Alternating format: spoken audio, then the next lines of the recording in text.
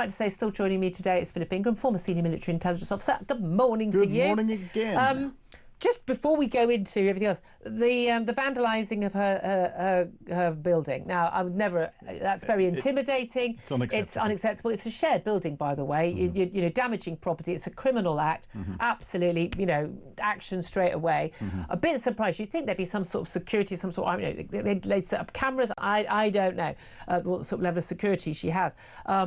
But that's certainly unacceptable. We go through the legal processes, guys. You can call her that if you want, although calling her a tax evader, technically speaking, you're accusing her of a crime. It's technically liable unless she has actually committed a crime. She's definitely a tax dodger. But what do you make of graffiti? Well, I think the graffiti is one step too far, but I think it's reflecting the feeling that there is amongst the public population anger. And the public anger, and it's everything that's coming in. Keir Starmer's not realising just how much is bubbling beneath the surface. And tiny little things like this could push it above it. And no matter what the answer is, you know, if Angela Rayner manages to prove that she's done everything right, the damage has been done to Keir Starmer. Well, the problem isn't it? Like, because you know, what she did everything, it wasn't criminal. What she did wasn't wrong when it came to the purchase of her council house that she had many years ago. It was exposed in Lord Ashcroft's book.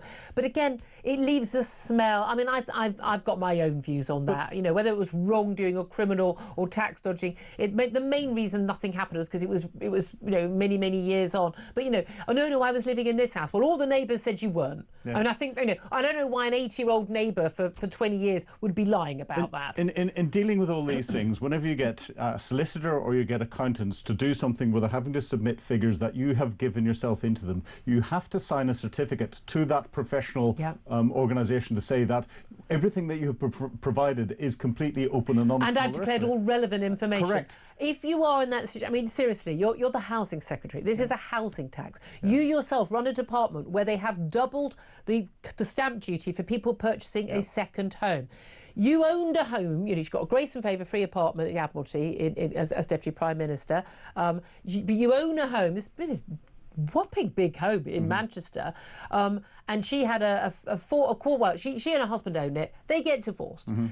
She's got a disabled son. She's got an elder son who's, you know, in his late 20s. She's got 2 teenage children. Again, her personal business is her personal business. Her divorce is her business. I don't care. I don't want to know. The only things I know about it are things she has told us about it. She said she didn't want to have to divulge it, but she's given many a speech and interview before where she's talked about her children. There was a medical negligence claim against the NHS, which she constantly praises as how wonderful it is. The whole time, for 11 years, she was suing them for medical negligence over the injuries to her son at birth many years ago. She got that payout in 2020. It turns out they got wealth management fund, so we tell them what to do. They put the property that her and her husband own into a trust fund to benefit her children, particularly her son, because it's modified for him for his disabilities. And then she basically, to buy this property, she basically got bought out by the trust of her quarter, 162k of what she had left in this property fund. I mean, I don't think it's fair to say she took money from the negligence payout. I don't think that is fair to say. She took out her equity from the home as a deposit to buy a new home. I don't know why a woman who's got kids who are teenagers in Manchester and works in London most of the year wants to live in Hove. Why she's got a home in.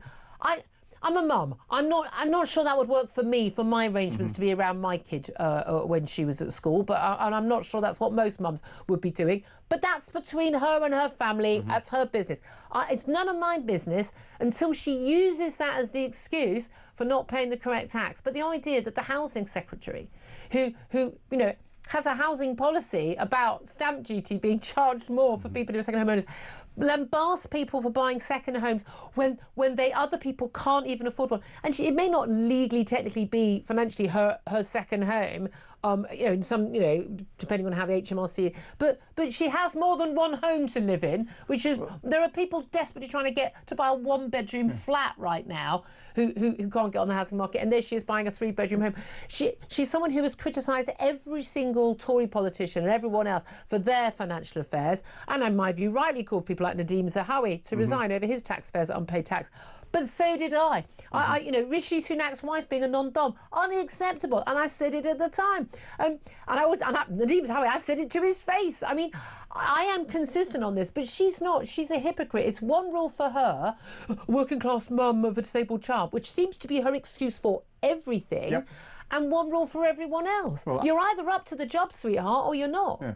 And, through a loophole for ministers, a tax loophole for ministers, she doesn't pay benefit in kind tax for her Grace and Favour home in London, which anyone else would do. Yeah, anyone else in your job, you got given a second home to live in.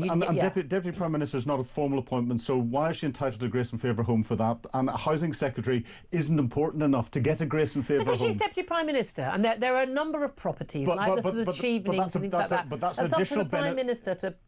It is, but we've got the Chancellor coming after people who are on the breadline for more taxes, and we've got ministers who are getting away with loopholes and benefits in kind that any of us would have to pay if we did the same out of our businesses. The rules are completely different, absolutely. I mean, this is the thing, there's a whole load of hypocrisy over this, isn't it? But the thing that most frustrates me is her and her allies criticising journalists for doing their job. Exactly.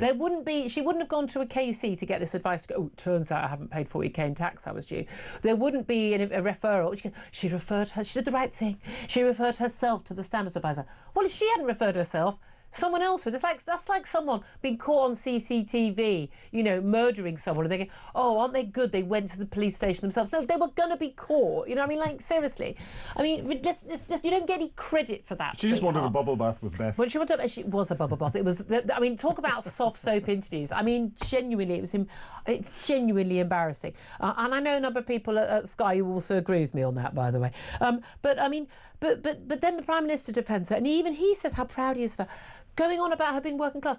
I think her journey, and it's God, I sound like someone on, here I am, I'm applying for the X Factor, my journey.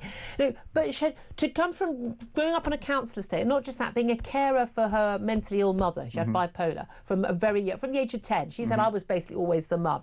Then, getting knocked up at 16, but having a kid, and instead of just going, well, I'm going to go on a life of benefits and be a victim, she worked as a carer, became, a shop steward, worked at uni, became an MP, became the Deputy Prime Minister of this country. I've got nothing but admiration for her in terms of what she has done. And there are very few people who've managed to do that. Look, most of my friends, my husband, have come from working class backgrounds who've made good. But that journey has been a very long, difficult journey. And I've got nothing but admiration and respect for her for that. But that's not an excuse for not paying your taxes and not seeking the correct legal advice when you are surrounded every single day by experts in that field and lawyers. I'm sorry, if I want advice on a property issue or an employment issue or something like that, I've got enough friends or colleagues I could ask. I'm pretty sure the Deputy Prime Minister could ask someone do you think I should seek top advice on this? What's the best barrister on this topic, just to make sure that I'm absolutely paying the right amount of tax? That's what any sensible person would do. And the fact that she didn't do that says to me she's either been trying to deliberately dodge the tax, gotta go, or she's too incompetent to pay the right tax. Gotta go. Yeah. And if you look at what she's done to other people when she was in opposition, she's been vitriolic. She hasn't gone... Scum. Yeah, exactly. She hasn't gone, oh, this is unacceptable, and therefore I think you should resign. Let's wait for the standards advisor to report. Keir Starmer called Rishi Sunak indecisive for not making instant decisions and sacking immediately. Keir Starmer, by his own definition, is being indecisive by waiting for. Do you think this is going to damage? Now, Keir Starmer, look, the Deputy Prime Minister is in a role that's in his hands. Deputy Leader, look, that's her role. She was elected to that. Unless she resigns from Deputy Leader, she would still be the Deputy Leader party, even if he got rid of her. Realistically, he's already. I mean, he's got poll ratings are like the worst ever. He's 15 points behind Reform in the national electoral polls. Phase 2 has just started on Monday. It's all going swimmingly well so far. He's lost a Transport Secretary over some very questionable claims about a mobile phone being stolen in a previous job. He's lost his anti-corruption minister to a corruption probe, for goodness sake, in Bangladesh, and lots of question marks about whether his Chancellor Rachel Reeves can survive past this next budget. I've got a funny feeling he's just using her as, frankly, she is just like a sort of human shield for him right now, so we can all focus attention on her. But he can't realistically sack Angela Rayner, because as much as he might want to, because he's tried to, you pointed out earlier, tried to get rid of her before, she is such a threat to him and his leadership of the party. But secretly, do you not think he'll be quite chuffed that she's in difficulty? Oh, I think he would be chuffed, but he not at this time, because if if you look at what Keir Starmer's done in the reset, he's brought... There was a reset. He's brought proper economists in to give him advice. His economist-in-chief to give him advice is his Chancellor of the Exchequer. And he's built that little private team up, which says that Rachel Reeves is going to be pushed out at some stage in the future. He can't afford to lose both. Yeah, he set up basically a rival treasury because he doesn't trust her. And who would? I mean, again, Rachel Reeves, I mean, you just expressed confidence in Angela Rayner. I mean, again, can't express confidence in her own CV. I mean, there's just so many question marks. And again, as I said earlier, I don't know why Angela Rayner didn't go to a solicitor that she knows him well. Business Secretary Jonathan Reynolds, he kept claiming in various places that he was a solicitor. Well, did she stand by? Yeah. I mean, again, this is the thing. We are talking... I mean, it's interesting. Bridget Phillipson, the Education Secretary, was out doing the rounds about something to do with nursery places. I don't know. No one was asking her about that. But she's come out, and she knows that Angela Rayner was one of her big allies. Yeah. But she'll also... But all of these people, by the way, all think they'll be Prime Minister one day. Yes, they all totally and utterly overestimate their own abilities. And she'll be thinking, oh, this is my chance, you know, but I'll be loyal, I'll be loyal. There is so much being played out here. This is Shakespearean in terms of what's really going on. As they're smiling and patting you in the back with one hand, that hand that's patting the back is checking which vertebrae to insert the next knife absolutely. into. Well, so let us know. I want to hear your thoughts. 0344 499 1000. Should she stay or should she go? For me, the hypocrisy on this in terms of how she's treated other people and the hypocrisy on tax, but also for me, playing the woman card, the working class card, the disabled child card. That's pathetic. It's shameful. It's actually shameful. And frankly, an insult to every working class person and indeed every woman in this country. And an insult to what she's actually achieved through her own ability. Exactly. Look, let's talk about a couple of other topics before we go to a break then, get the calls up. Interesting that Robert Jenrick, he's done an interview. This is ahead of Tory party conference. All party conferences coming up. Reform is up this weekend. But he is basically, I suppose, moved ahead of Kemi Badenoch, who's we're expecting to announce a sort of rather tougher immigration policy and perhaps deportations, perhaps ECHR announcement. It's been very slow. It's been really, really like, just sort of grinding the wheels to get to any proper Tory policies, and there's no doubt at all Reform have stolen absolute steal on them. But Robert Jenrick, the Shadow Justice Secretary and of course rival for the leadership, he's welcomed Nigel Farage's plan for mass deportations. He's supported that, and he's also talking about how what we need is a decade of net emigration, not mass net immigration. We've seen, it's 700, 600, 800,000. It doesn't matter what it is. It's off the scale. Before Blair came in, we were looking at sort of 30,000 a year. This is just on a different scale. He's basically saying we need to have more people leaving the country every year, which was the norm actually in the post-war years, than coming to the country. I mean, 100% from me. Yeah, well, just give everyone Irish citizenship, because the Irish are brilliant at going and populating the rest of the world, and opening Irish bars and getting everything else going. So there's a way around it. But no, I agree with them completely. We need to go to mass deportations of people that are coming into this country illegally. That'll stop it. And people staying in this country. And people staying in this country beyond. I completely get, though. I would not be prioritising a woman and her 4-year-old child as priority. But however, you also don't want to open up routes for the smugglers to go, OK, we're just going to send in people with pretend they're married, pretend they've got their kid. And I mean, you are creating a whole heap of other problems if you do that. Everyone's going to go. But yes, our priorities will be anyone who's committed a crime or anyone who's arrived over on the boats or the lorries.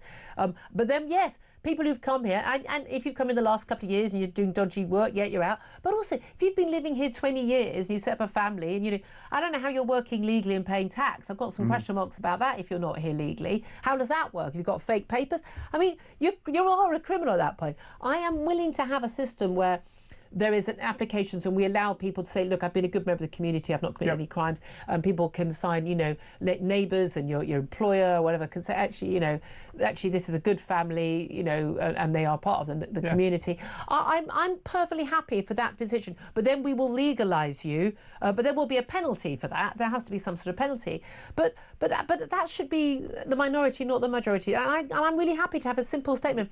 We're going to give you a couple of months, sort your plans out, we'll help fund your departure, $2,500 for you, but bye-bye, you're not welcome here. I don't know why anyone thinks that should be controversial. Yeah. It's not controversial. There should be a scoring system for people, whether if they're allowed to stay on visas here. You come in some form of temporary visa, you're then assessed on your financial ability to what is your contribution? Yourself. What's your contribution? But it's not just financial contribution, it's also your contribution to society. Yeah. Are you staying isolated in a little group and not contributing to British society in bringing multicultures together? Are you marching against Israel every week? week in a burqa. I'm thinking maybe you're not an added bonus to the country. If you can't speak English, if you're not contributing to your local community, if you're not contributing to society, then I'm sorry, you should not be allowed to stay. Bye. I mean, just bye. Thanks for coming. As I would expect any country to deport me if I'd done the same. Yeah, exactly.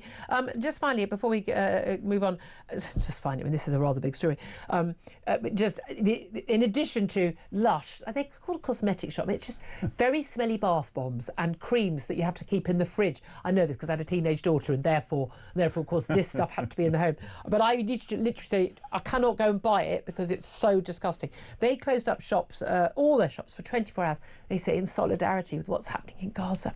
I mean, I didn't hear anything about releasing the hostages, but there we are. As my view, as I said earlier, any day when Lush is not stinking up the high street is a good day for me, because those stores absolutely and it's very expensive. Stink.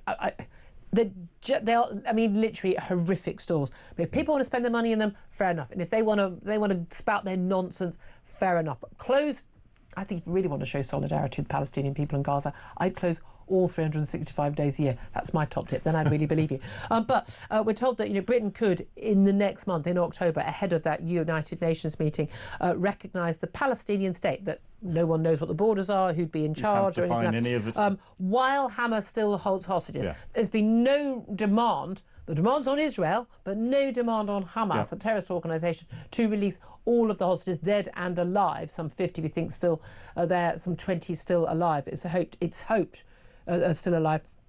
But I mean, I would be so horrified if Britain did that. So basically a reward for the October the 7th massacre. That's what that would be. It completely horrifying. And the reward for the 7th of October massacre is not something that we're saying. It's not something that the right-wing media is saying. It's something that Hamas has said. Yeah. And they said it justifies what we did. Yeah. And therefore what that's going to do is that's going to lead to similar actions in different places, and it's going to put not just foreign citizens at risk, it's going to put British citizens at risk. But also all Hamas attacks, the reason why people are upset about this is because civilians dying in Gaza. The only reason civilians are dying in Gaza is because of Hamas's actions. Correct. And their refusal to hand back the hostages, and the fact they've got a whole network of tunnels that they hide in, but they will not allow civilians to hide in. They actively, not like aren't bothered if their civilians die, they actively want and force their civilians into a position where they will die by using them as a human shield.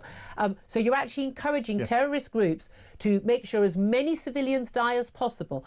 And we've got...